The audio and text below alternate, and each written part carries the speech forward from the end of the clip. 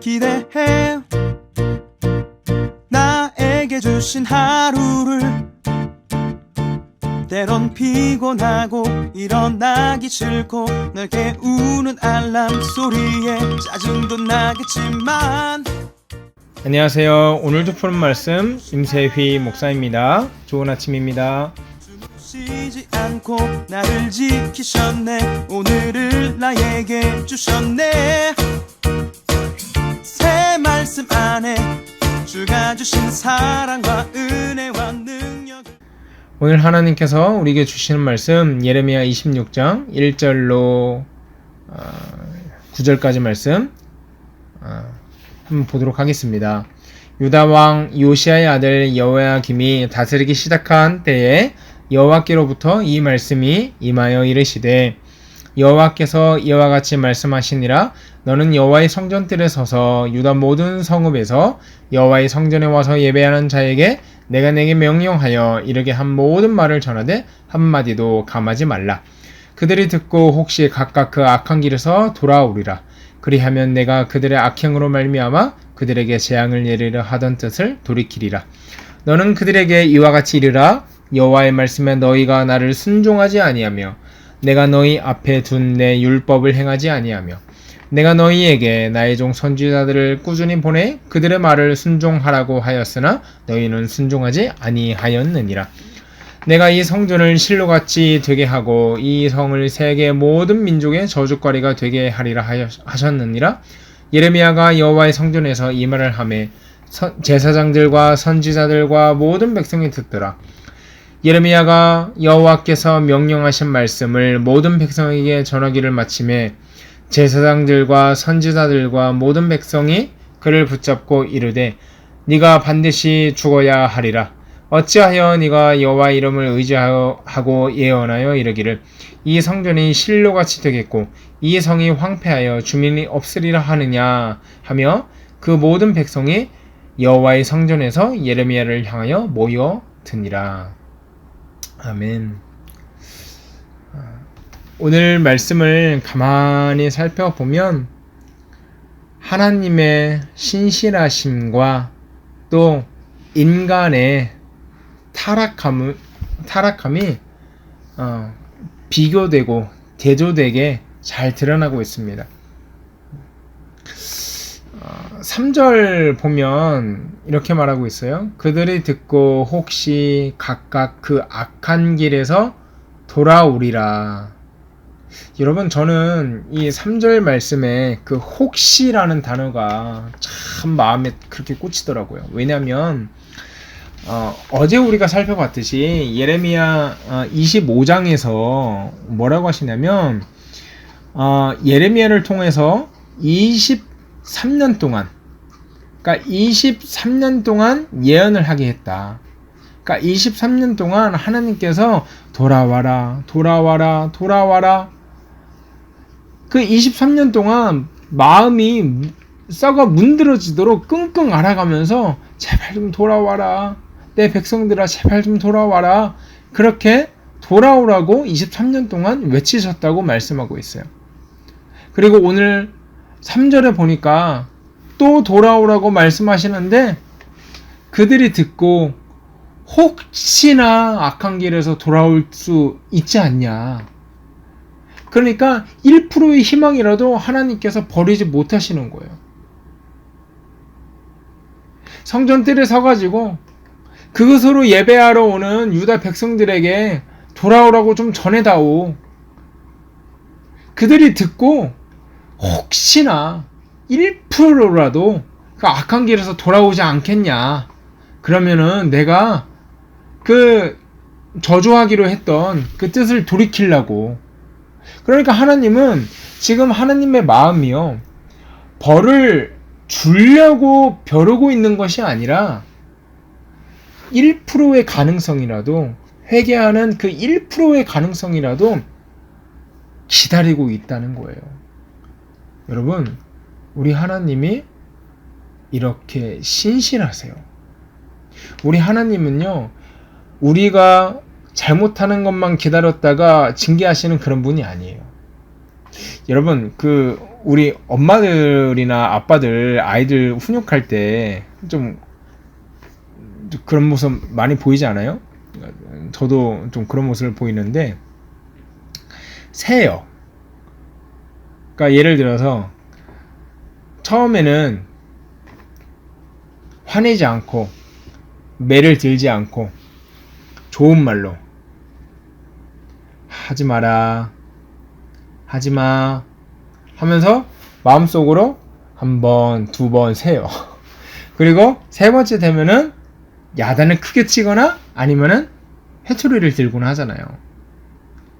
근데 하나님도요, 이 어떤 횟수를 딱 채웠을 때 회초리를 드는, 그러니까 너 세 번만 채워봐, 세 번만 채우면 회초리 들 거야, 그런 분이 아니라, 하나님이 그런 분이 아니라, 이 택한 백성들이 혹시라도 돌아오지 않을까? 그러면은 내가 징계하려고 했던 거 없던 걸로 해야지.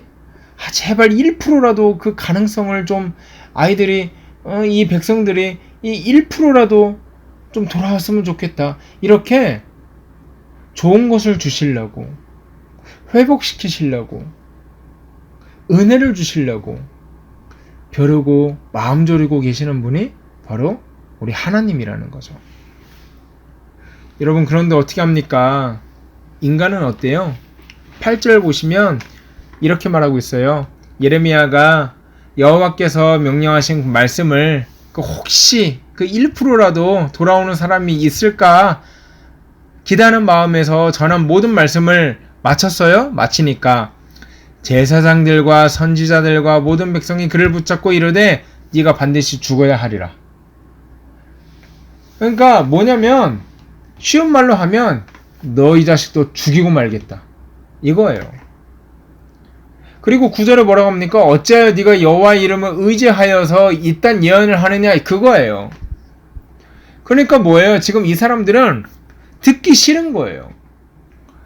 여호와의 이름을 의지하고, 그러니까 하나님의 이름으로 예언하면 뭔가 듣기 좋고 평안을 가져다 주고 복을 가져다 주는 그런 예언을 하고 그런 설교를 해야 되는데, 죄를 지적하고 돌이키라고 회개하라고 강조하니까 불편한 거예요. 여러분, 마치 사도행전 6장에서 스데반 집사가 죽을 때, 스데반 집사가 죽기 전에 그 이스라엘 백성의 그 민족의 그 조상의 모든 죄악을 낱낱이 절거하면서 예수 그리스도가 왜 죽어야 했는가, 그분이 하나님의 아들이었고 하나님이었다, 그 말을 하니까요, 그때 듣고 있던 사람들의 반응이 뭐냐면 귀를 막고 소리를 지르면서 달려들어서 돌로 찍어 죽었다고 말하고 있어요. 자기가 듣기 싫은 말을 한 거예요. 여러분, 이 9절에서도요 똑같아요. 이 모든 백성이 예레미야를 향하여서 모여들었다고 말하고 있어요. 죽일 기세로 모여든 거예요. 너 어떻게 하나님의 이름으로 예언한다면서 어떻게 그렇게 무서운 말을 하냐, 어떻게 그렇게 정없는 말을 하냐. 아니, 하나님의 이름으로 예언을 하려면 좀 은혜가 되고 우리에게 복을 주는 말씀, 그런 말씀을 좀 예언을 해야지, 어떻게 우리에게 회개하라고 하고 돌이키지 않으면 하나님이 저주하신다고 하고 그런 얘기를 하라고 하느냐. 지금 심기가 굉장히 불편한 거예요. 여러분, 이 유다 백성들은요, 하나님의 예언의 말씀, 하나님의 선포하는 말씀을 듣는 귀가 없었어요. 기분 나빠했어요. 불쾌했어요. 그 결과 어떻게 되었습니까? 그들은 바벨론 포로 70년을 혹독하게 감당해야만 했습니다. 사랑하는 여러분, 하나님의 말씀이 내 죄를 직면하게 하고, 하나님의 말씀이 내 죄를 지적하고 나로 하여금 회개하게 하고 나로 하여금 죄를 깨닫게 한다면 여러분 그것으로 인해서 불편해하고 불쾌해하는 것이 아니라 하나님이 나를 진짜 사랑하시는구나 이렇게 생각하시는 여러분들 되길 바라요. 왜냐하면 내가 그 말씀에 불편하다고 해서 불쾌하다고 해서 귀를 닫는 순간 하나님의 말씀이 내 죄를 직면하게 하고 내 죄를 돌아보게 할 역할을 하지 못하는 거예요. 그러면 이 유다 백성들처럼 혹독한 시험과 혹독한 징계를 받을 수밖에 없다는 거죠. 그러므로 여러분 내 마음을 불편하게 하는 하나님의 말씀 여러분 복으로 받으시기 바랍니다. 내 마음을 불편하게 하는 하나님의 말씀 은혜로 받으시길 바라요. 하나님의 말씀이 내 죄를 직면하게 해서 하나님의 말씀이 내 죄를 돌아보게 해서 내가 죄를 회개하고 하나님께 더 가까이 가며 하나님의 기쁨이 되는 그런 성도 바로 우리 푸른 사랑의 교회 성도가 되기를 주의 이름으로 소원합니다. 우리 이 시간 기도할 때 오늘 이렇게 기도했으면 좋겠습니다. 하나님의 말씀이 선포될 때 내 죄를 직면케 할 때 감사하며 들을 수 있는 귀를 허락하여 주십시오. 하나님 23년 동안 기다리고 또 혹시 몰라서 또 기다리시고 1%의 가능성이라도 기다리시는 신실하신 하나님의 부르짖음과 절규 앞에 귀를 닫고 듣기 싫어하는 것이 아니라 귀를 활짝 열고 감사하는 마음으로 은혜를 구하는 오늘이 되게 도와주십시오. 이렇게 기도하고 오늘 하루 힘차게 시작하시길 주의 이름으로 소원합니다. 함께 기도하겠습니다.